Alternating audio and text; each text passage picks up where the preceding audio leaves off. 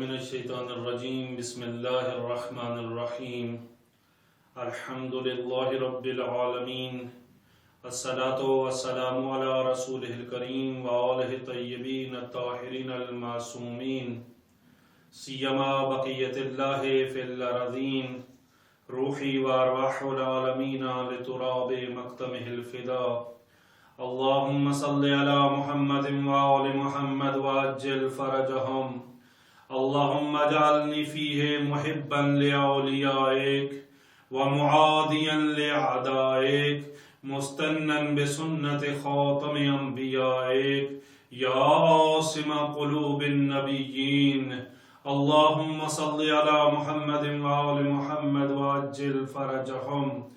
خدا کا شکر ہے، خدا نے توفیق عطا فرمائی کہ ہم ماہ مبارک رمضان کی مختلف دعاؤں کے ساتھ ہر روز کی دعا کے ساتھ آپ کی خدمت میں حاضر ہوتے رہے اور ان نورانی کلمات کے اندر جو اسرار چھپے ہوئے ہیں ان کو اپنی بساط کے مطابق ایکسپلور کرنے کی، واضح کرنے کی کوشش کرتے رہے۔ خدا نے ہمیں یہ توفیق عطا فرمائی ہے کہ ہم معصومین علیہ السلام سے ہدایت لے رہے ہیں اور معصومین علیہ السلام کے نورانی کلمات سے اپنی زندگیوں کو مزین کر رہے ہیں، اپنا رابطہ اپنے پروردگار سے مضبوط کر رہے ہیں، ماہ مبارک رمضان کے فیوز و برکات سے زیادہ فائدہ حاصل کرنے کی کوشش کر رہے ہیں۔ آج 25 رمضان المبارک ہے۔ 25 رمضان المبارک کو اپنے پروردگار سے کیا مانگنا ہے، یہ ہمارے معصومین علیہ السلام نے ہمیں تعلیم فرمایا ہے۔ معصومین فرماتی ہیں آج کے دن اپنے پروردگار سے ان الفاظ کے ساتھ یہ مانگو، کیا؟ اللہم اجعلنی، اے میرے پروردگار، اے میرے اللہ، اے میرے الہ، اے میرے محبوب، اے وہ جو عبادت کے لائق ہے، اے وہ جو صرف تو ہی عبادت کے لائق ہے، اللہم اجعلنی، مجھے قرار دے، کس میں؟ فیہ، آج کے دن کیا قرار دے؟ محبا لأولیائک، مجھے اپنے اولیاء کا محب قرار دے۔ خدا اے پروردگار جو تیرے پسندیدہ ہیں، جو تیرے دوست ہیں، جن سے تو محبت رکھتا ہے، جو تیرے ولی ہیں، پروردگارہ ان سے دوستی کرنے کی توفیق عطا فرما، ان کا مجھے محب بنا دے، ان سے محبت کرنے والا بنا دے۔ وَمُعَادِيًا لِأَعْدَائِكَ، اور پروردگارہ جو تیرے دشمن ہیں ان کی میرے دل میں دشمنی پیدا کر دے۔ یہ محبت اور دشمنی یہ کس بنیاد پہ ہوتی ہے؟ انسان کو اللہ نے فطرتاً ایسا بنایا ہے کہ یہ انسان کمال سے محبت کرتا ہے۔ جس چیز میں اس کو کمال نظر آتا ہے اس سے یہ محبت کرنا شروع کر دیتا ہے، اور جس چیز کے اندر اس کو زوال نظر آتا ہے، جس چیز کے اندر اس کو نقص نظر آتا ہے اس سے یہ نفرت کرنا شروع کر دیتا ہے، یعنی اس سے اس کی محبت نہیں ہوتی۔ تو میں کیا مانگنا چاہ رہا ہوں؟ حقیقت میں یہ مانگنا چاہ رہا ہوں کہ پروردگارہ آج میرے دل میں اپنے اولیاء کی محبت پیدا کر دے، مجھے اپنے اولیاء میں کمال دکھا دے، اور مجھے اپنے دشمنوں میں نقص و زوال دکھا دے۔ یہ کمال یا زوال میں کیسے دیکھ سکتا ہوں؟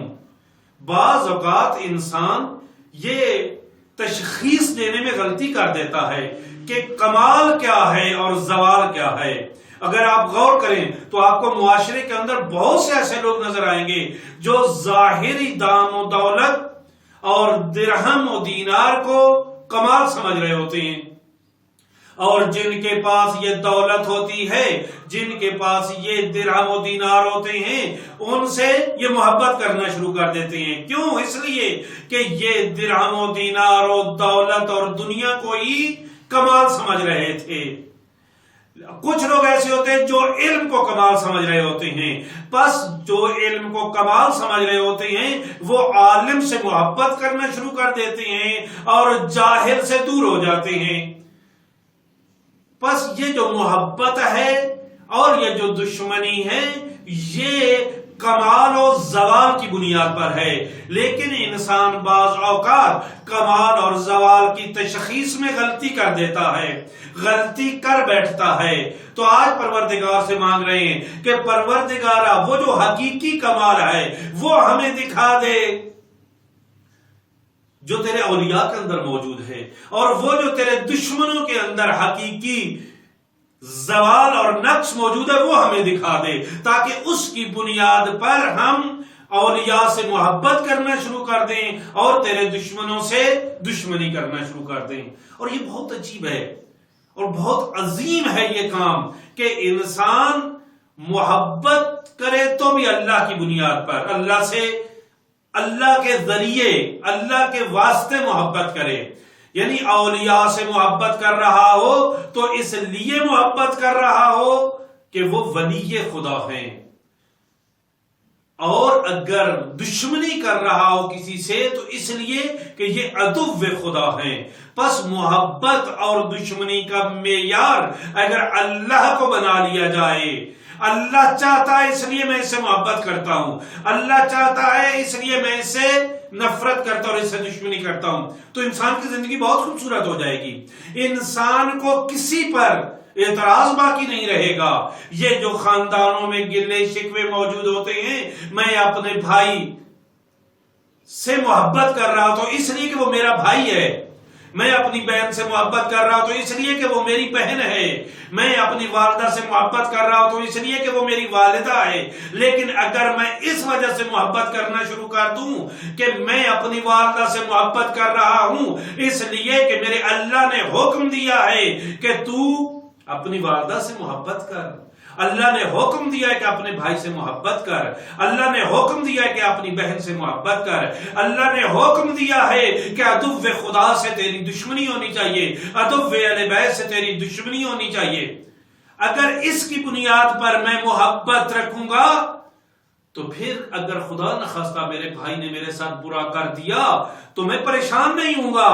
کیوں؟ اس لیے کہ میں نے محبت اس لیے نہیں کی تھی کہ یہ میرے ساتھ احسان کرے گا اور میرے احسان کا بدلہ احسان میں دے گا اور مجھ سے محبت کرے گا، چونکہ میں اس سے محبت کر رہا ہوں نا، میں نے چونکہ اللہ کے لیے کیا تھا، بس اس کا اجر اللہ دے گا۔ اللہ تو موجود ہے، یہ چلا گیا ہے، کوئی مشکل نہیں ہے، اس نے احسان فراموشی کر لی ہے، کوئی مشکل نہیں ہے۔ بس اگر انسان اپنے رابطے اللہ سے محبت کی بنیاد پر اور اللہ سے دشمنی کی بنیاد پر رکھ لے تو انسان کی زندگی بہت خوبصورت ہو جاتی ہے۔ انسان کے معاشرتی جو تعلقات ہیں یہ بہت بہتر ہو جاتے ہیں۔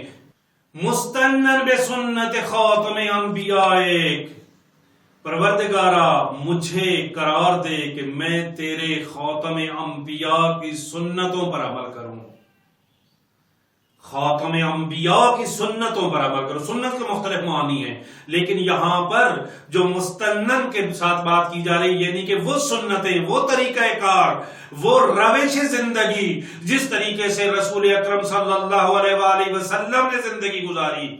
خاتم انبیاء اس لیے کہہ رہے ہیں کہ پہلے والے انبیاء کی سنتیں وہ ان کے اندر ایک نقص ہے، وہ کامل نہیں ہے۔ کامل ترین سنت جو ہے وہ رسول اکرم صلی اللہ علیہ وآلہ وسلم کی ہے، اس لیے ہم خاتم انبیاء کی سنت کی پیروی کرنا چاہ رہے ہیں۔ اور سنت کا مطلب ہوتا ہے ایسا کام، ایسا طریقہ جس پر رسول اکرم صلی اللہ علیہ وآلہ وسلم عمل کرتے رہے ہوں۔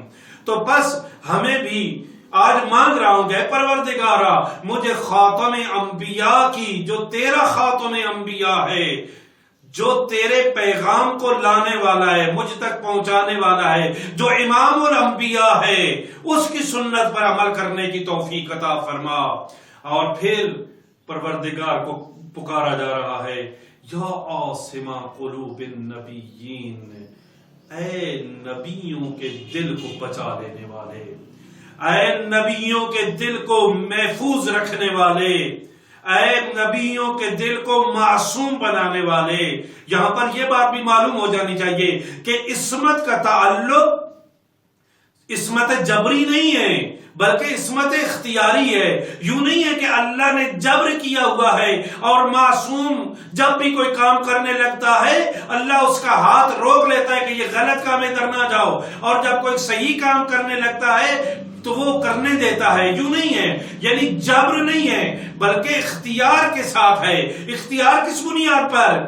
معرفت کی بنیاد پر. چونکہ معصومین کے پاس معرفت موجود ہوتی ہے، بس اس معرفت کی بنیاد پر وہ اچھے اعمال کو انجام دیتے ہیں اور برے اعمال کو انجام دینے کا سوچ بھی نہیں سکتے. کچھ کاموں میں ہر بندہ معصوم ہوتا ہے. مثلا ایک مثال دیتا ہوں. ایک بچہ وہ ممکن ہے ایک گندا گلا سڑا سیب اٹھا کر کھانا شروع کر دے، لیکن ایک بڑا انسان جو عاقل انسان ہے وہ اس سیب کو اٹھا کر نہیں کھائے گا. کھانا تو دور کی بات ہے بلکہ اس کو کھانے کے بارے میں سوچے گا بھی نہیں. کیوں؟ اس لیے کہ وہ بچہ اس سیب کے اندر جو خرابی ہے، اس کے اندر جو گندگی ہے، اس گندگی سے کی معرفت نہیں رکھتا. لیکن یہ بڑا عاقل انسان اس گندگی کی، اس خرابی کی معرفت رکھتا ہے. بس اس معرفت کی وجہ سے یہ اس کو کھانے کے بارے میں سوچ بھی نہیں سکتا. معصومین علیہ الصلوۃ والسلام جو گناہوں، خطاؤں اور نسیان سے دور رہتے ہیں، یہ اختیاراً رہتے ہیں، اپنی معرفت کی بنیاد پہ رہتے ہیں. چونکہ ان کاموں کے اندر ان معصومین علیہ الصلوۃ والسلام کو جو گندگی چھپی ہوئی ہے، جو خرابی چھپی ہوئی ہے، جو مجھ جیسے انسان کو نظر نہیں آتی، لیکن ان کو اپنی معرفت کی بنیاد پر وہ خامی، وہ گندگی نظر آ جاتی ہے. اس لیے وہ کام کرنا تو دور کی بات، وہ اس کام کے کرنے کے بارے میں سوچ بھی نہیں سکتے. آج کے دن پروردگار سے مانگ رہا ہوں، پروردگارا تو نے انبیاء کے قلوب کو منور کیا اپنے علم سے، معرفت سے، جس کی بنیاد پر وہ خطاؤں کی طرف نہیں جاتے. پروردگارا مجھے بھی معرفت نصیب فرما کہ میں تیرے ان اولیاء سے محبت کر کے ان کی اطاعت کرنا شروع کر دوں اور تیرے اعداء سے عدو اور دشمنی کر کے ان سے نفرت کرنا شروع کر دوں. وصلی اللہ علی محمد و عطرتہ الطاہرین.